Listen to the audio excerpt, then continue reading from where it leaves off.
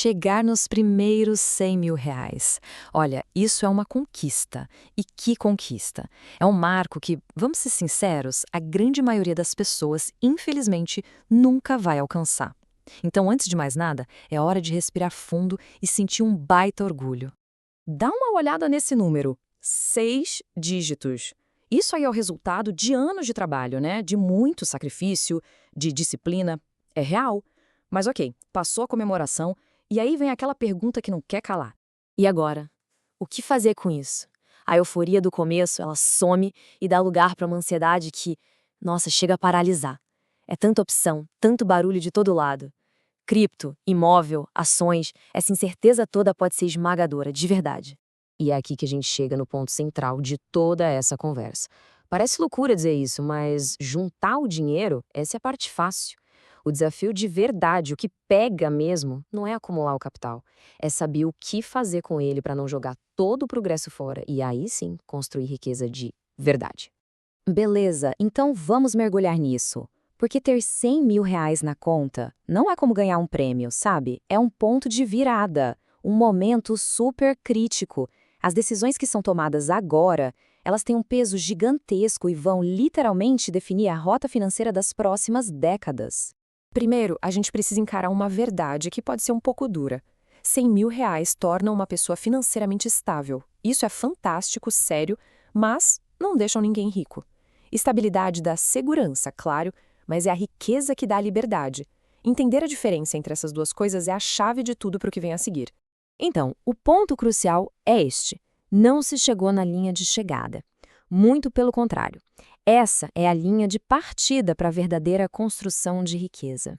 É como se o jogo tivesse só começando. E é aqui que o trabalho de verdade começa. As jogadas feitas daqui para frente é que são as que importam de verdade. E antes de sair pensando em atacar, em multiplicar esse dinheiro, a gente precisa construir uma defesa. Uma defesa impenetrável. Pensa numa fundação de uma casa, sabe? É aquilo que vai sustentar todo o crescimento lá na frente, aconteça o que acontecer. E essa fundação é construída em 3 movimentos. Eles são essenciais e, olha, inegociáveis. Vamos passar por cada um para entender como eles protegem o patrimônio e, claro, preparam o terreno para a coisa crescer. O primeiro movimento, e esse é o mais estranho de todos. Por algumas semanas, não faça absolutamente nada. É isso mesmo. A gente tem que resistir àquela vontade, àquela coceira de investir logo. Essa impaciência de colocar o dinheiro para trabalhar é a receita para tomar decisões emocionais e, quase sempre, desastrosas. Então, a ordem é: dá um passo para trás, respira e planeja com a cabeça fria.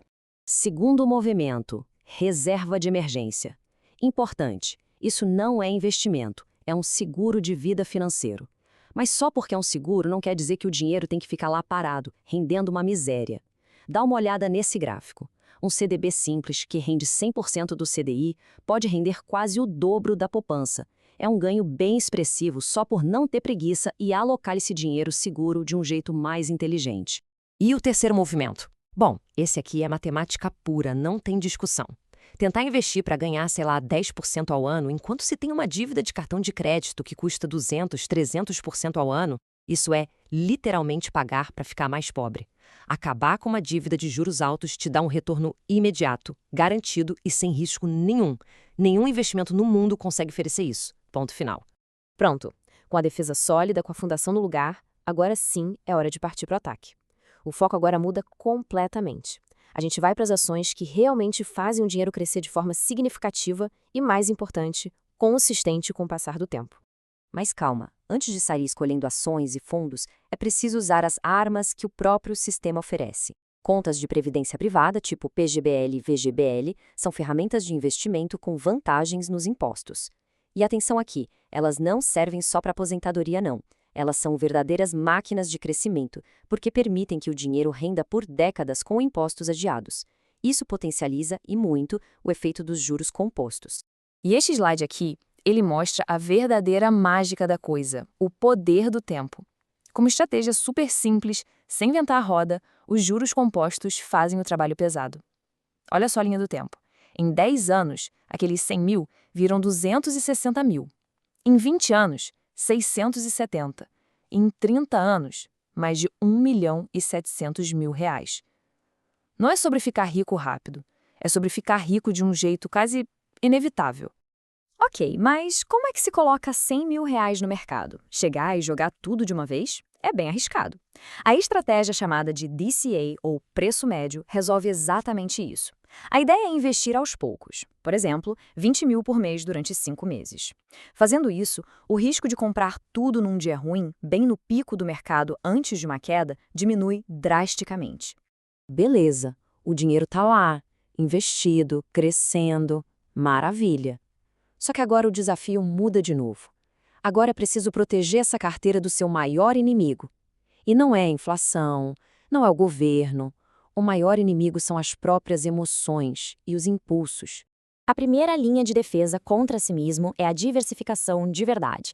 E isso não é ter dezenas de ações de bancos, por exemplo. É ter classes de ativos diferentes. Como neste exemplo, um pouco em ações brasileiras, um pouco em ações internacionais, para se proteger se o Brasil for mal, e uma peça-chave, fundos imobiliários, os FIIs. Eles são como ser dono de um pedacinho de vários imóveis de uma vez. E melhor, geram uma renda mensal, como um aluguel que cai na conta isenta de impostos de renda. A segunda defesa é criar um sistema anti-sabotagem. O que isso quer dizer? Quer dizer automatizar os investimentos para não ter que pensar nisso todo mês. Quer dizer criar regras rígidas para si mesmo, tipo, só vou rebalancear a carteira uma vez por ano e ponto. E a regra de ouro, não ficar olhando o saldo todo dia, principalmente em dias de queda. As pessoas que enriquecem não são gênios, elas só têm sistemas melhores para evitar que a emoção tome conta. E depois de fazer tudo certinho, a base, o investimento, os sistemas, eis que surge o último desafio, o verdadeiro chefe final. E é ele que impede a grande maioria das pessoas de chegar na verdadeira liberdade financeira. E o chefão é esse aqui. Uma mudança fundamental de mentalidade. Uma pessoa com a cabeça de consumidor olha para os R$ 100.000 e já pensa, o que eu posso comprar com isso?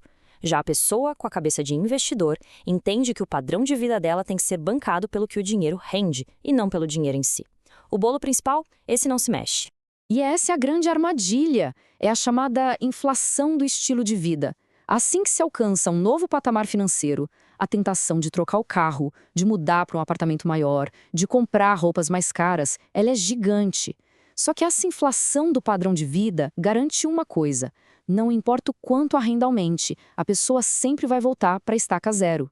A diferença é que agora os problemas são bem mais caros. No fim das contas, a pergunta que fica é essa: esses R$ 100.000 vão ser a semente para a liberdade financeira lá na frente ou só o combustível para ter um estilo de vida um pouquinho mais luxuoso agora? A escolha entre a mentalidade de consumidor e a de investidor é o que, no final, define absolutamente tudo.